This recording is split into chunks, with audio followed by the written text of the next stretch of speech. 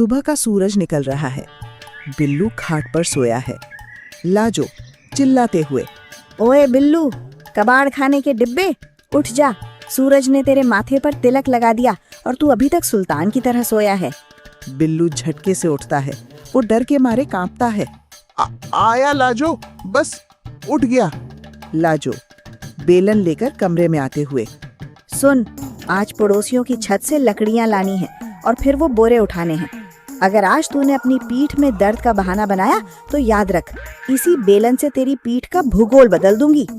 लाजो बेलन को हिलाती है। बिल्लू अपनी कमर सहलाता है। बिल्लू मन में, अगर मैंने लकड़ियां उठाई तो मेरी कमर तो क्या, मेरा सभी कुछ ही मिट जाएगा। मुझे कुछ देसी जुगाड़ करना पड़ेगा, अपनी मर्दानगी दिखानी पड़ेगी।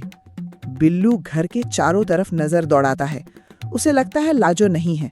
बिल्लू दबे पांव अलमारी खोलता है। वो 2 छोटे पुराने तकिए निकालता है। फिर वो एक तकिया अपने बाएं कंधे पर और दूसरा अपने दाएं कंधे पर शर्ट के अंदर फंसाता है। बिल्लू आईने में देखते हुए फुसफुसाते हुए, कंधे तो बन गए, अब छाती। बिल्लू लाजो की दरी और पुराने कपड़े ठूंसकर अपनी शर्ट में सामने की तरफ भरता है। आईने में वो अचानक बाहुबली का छोटा भाई दिखने लगता है। वो अपनी नई रुई वाली बॉडी पर हाथ फेरता है। बिल्लू गर्व से बोला, वाह, अब लगा मैं बिल्लू द प्रोटीन पहलवान। अब देख लाजो, तेरी शेरनी भी मेरे आगे बिल्ली बन जाएगी।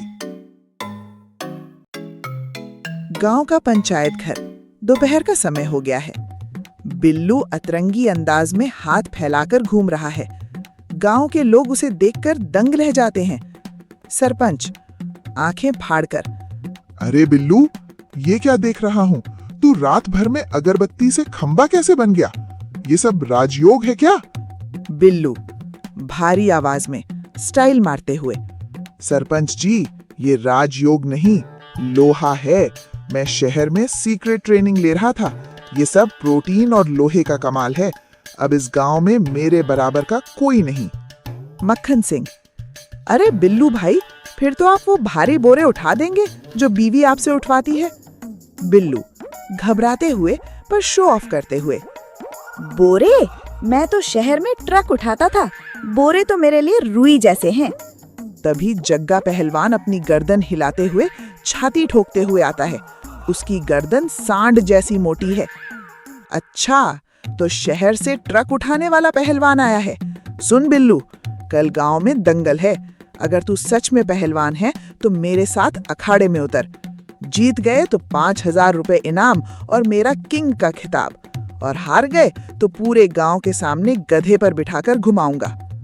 बिल्लू पसीने पसीने हो जाता है। सरपंच और गांव वाले तालियां बजाते हैं। सरपंच बोले, हाँ बिल्लू भाई, अपनी मर्दानगी साबित ही कर दो। बिल्लू घबराते हुए पर इज्जत बचाने के लिए, अरे जग्गा भाई, तुम क्या मेरे आगे?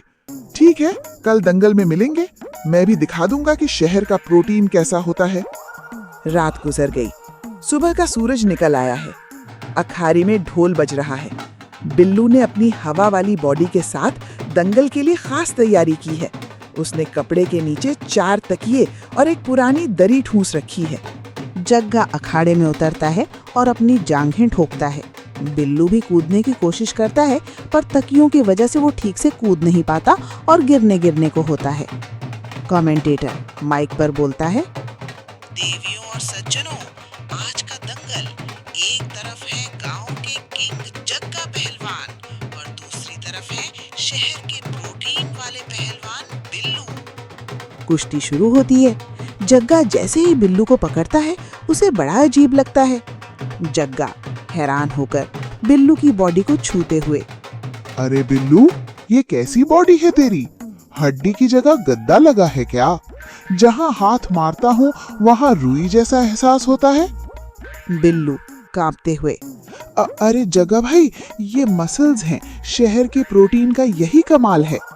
जग्गा एक जोरदार दांव मारता है और बिल्लू को हवा में उछाल देता है। बिल्लू जमीन पर गिरता है। एक तकिया उड़कर सीधा सरपंच की गोद में गिरता है। पूरा गांव सन्न रह जाता है। जग्गा पहलवान और बिल्लू दोनों तकिए को देखते हैं। फिर जग्गा बिल्लू की शर्ट में हाथ डालता है और एक और तकिया बाहर खींच लेता है। जग्गा चिल्लाते हुए, अरे ये क्या? ये तो घर के गद्दे हैं।